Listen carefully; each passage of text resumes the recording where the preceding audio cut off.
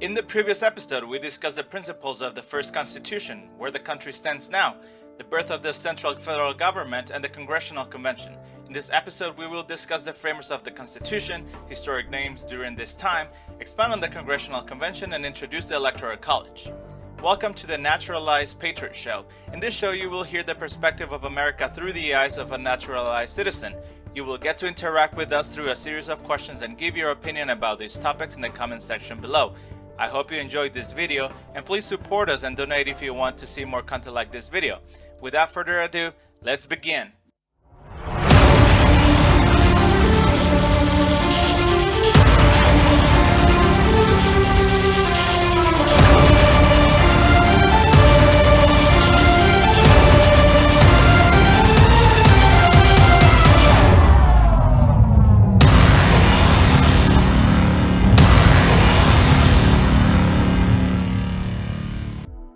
Merchants, farmers, bankers, and attorneys were among the delegates that attended the Congressional Convention, also known as the framers of the Constitution.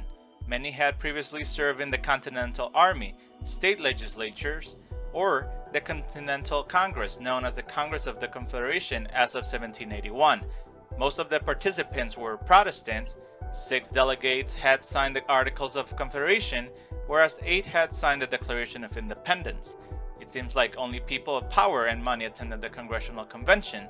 Did the general public have a voice in the convention? How biased towards a specific party were these powers and money people?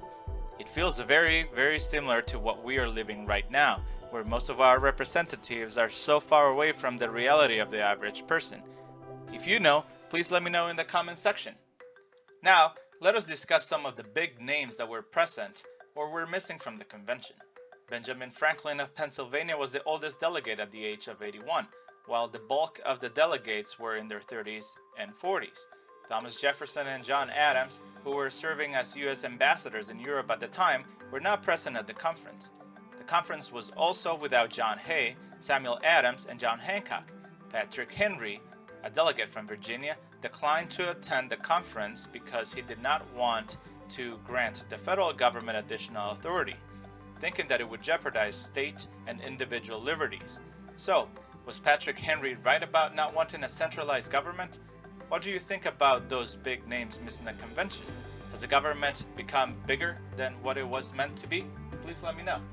Moving on, the convention meetings, which were held in secret to prevent outside influences, were close to reporters and other guests. However, Virginia's James Madison kept a meticulous record of what went on behind closed doors. In 1837, Madison's wife Dolly sold part of his papers to the federal government for $30,000, almost $1 million in today's money, including his notes from the convention discussions. Now, Congress had given the delegates the duty of modifying the Articles of Confederation, but they quickly began debating suggestions for a whole new form of government. They created a proposal that formed 3 departments of national government: the executive, legislative, and the judicial. After intense discussion that lasted throughout the summer of 1787 and threatened to derail the proceedings at times, a system of checks and balances was established to ensure that no single branch had too much power. Each branch's unique authorities and tasks were also put forth. So now, what are your opinions about the current situation? That is, has any branch of government become more powerful than the rest? Comment down below which one and how did it happen. The subject of state representation in the national legislature was one of the most heated topics. Larger states demanded that the population decide how many representatives the state could send to Congress, while smaller states demanded equal representation. The Connecticut Compromise, which suggested a bicameral legislature with proportionate representation of states in the lower house, the House of Representatives, and equal representation in the upper house, the Senate, settled the problem. Now, this settlement is known as the Electoral College. Each state has the same number of electors as members of Congress, the House and the Senate. There are presently 538 electors in total, including the 3 electors from Washington, D.C. Now, the political parties in each state select their own list of prospective voters. So how does the process work? Your vote for president is tallied statewide after you cast your ballot. In 47 states and in Washington, D.C., the winner receives all the state's electoral votes. Maine and Nebraska, however, use a proportional representation method to elect their representatives. In order to win the presidential election, a candidate must get the votes of at least 270 electors, or more than half of all electors. Now, there are many pros and cons of the system. The pros are that this system keeps the smaller states relevant and makes it easier for the candidates to campaign, but this system also has its cons, as it gives too much power to swing states like Florida and Ohio, and it can also make people less interested in casting a vote. But it does keep the two-party system alive, which has kept the American political system stable.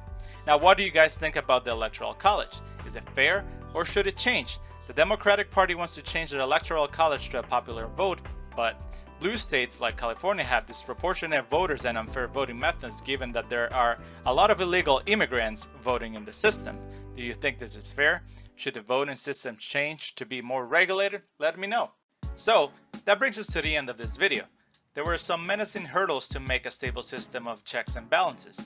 Do you think the current population abides by the system? The people seem to not be represented by politicians that reflect the reality of the citizens. There seems to be a huge gap between a normal person and the average politician. What do you think about the three branches? Has any of them become too powerful? Has any of them become obsolete? There seems to be a dependence on the Supreme Court, especially when the Supreme Court must uphold or abandon polarized cases. What side are you on about the Electoral College? Let us know what you guys think in the comments section below. I hope you guys enjoyed this video. Do not forget to subscribe to our channel. If you want to donate and support our channel, please see the links in the description, and do hit the bell icon on your way out. See you all next time.